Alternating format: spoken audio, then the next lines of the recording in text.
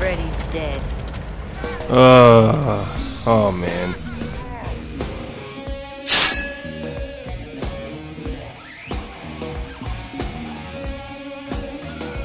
Freddy's dead.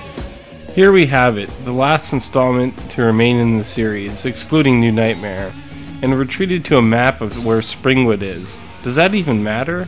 Before I go into the movie, I should note that this movie shouldn't be taken seriously like the original, although it starts off with some humor. First off, the film has no short of gimmicks. I mean, Freddy is the Wicked Witch? Come on. And I guess they wanted to bring in some star power because there are a slew of cameos. Tom and Roseanne, Johnny Depp, even Alice Cooper. They did nothing for the film, so I don't know why they are there. It's not like you could market them or something. Meet the kids. Spencer, the rich kid who smokes pot. Carlos, hearing impaired. Maggie, who runs the shelter. Then there's Doc, essentially Yoda of the dreams in this. And Tracy, who doesn't like to be touched. So you can pretty much establish Freddy's tactics from the get-go. A complaint I have is all these falling scenes. What an annoying way to run your credit sequence. I want to watch the movie already. And Freddy driving the bus, I don't have a lot of good things to say about this movie. Freddy needs John Doe to find new victims, again. The Elm Street kids are dead, so you'd think he'd be finished. Also, he wants to find his daughter, but I'll get back to that. Introducing the Dream Demons. Was this really needed? I find the mystique of Freddy's unknown origin and becoming what he became from the fire good enough. John Doe arrives at the shelter and Maggie sets out to help him. The plot thickens as Maggie discovers the water tower in a news article that John had. She sees it in her dreams. Her and John head to Springfield to find out more, but what's the point? Is it really that compelling? The movie basically centers around Maggie and John trying to figure out their dreams, so let's get to the good parts and my asides. So, John can defy gravity based on the dream world. Well, can't bitch about that. Philip walked right through a door in part 3, and that made no sense at all. But that movie rocked, so let's let it slide. Maggie finds the kids from the shelter hidden in her van. The movie had to bring fresh meat into the equation somehow, I suppose. The town went insane, but how they maintain living standards is beyond me. Oddly enough, it's one of the highlights of the film. I guess because it's kinda creepy. So it's well established that the people of this town have lost their minds, but really, every single one? This teacher is more comic relief than horror. But we learn Freddy has a child and it was taken away.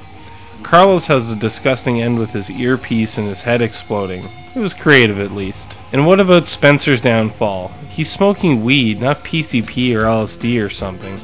Never seen or experienced a trip like that from pot. And the video game thing is just a low point in the series. Well, he's being controlled and bounced around, but if John can walk on air, I guess this makes sense. Who knows? And the Power Glove scene. Was this just a marketing gimmick for Nintendo? Who knows? But again, the film just gets worse. John finds out that he's not Freddy's son, and the death on the bed of the spikes is like the Wile E. Coyote trap for the Roadrunner.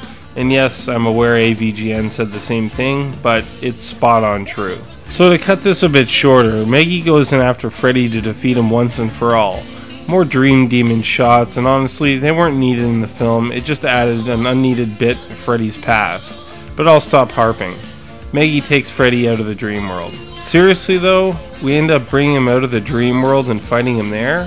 Thanks, we saw that in the first film with Nancy, and it didn't work then, so why would it work now?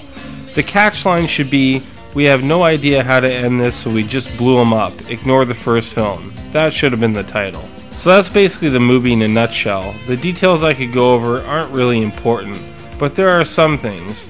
One, the year is 1999 in the film, but it takes place 10 years after 1991, the release of the film, which should make it 2001. But let's not stop there. The daughter, Maggie, was completely conjured up to create some relevance in this film.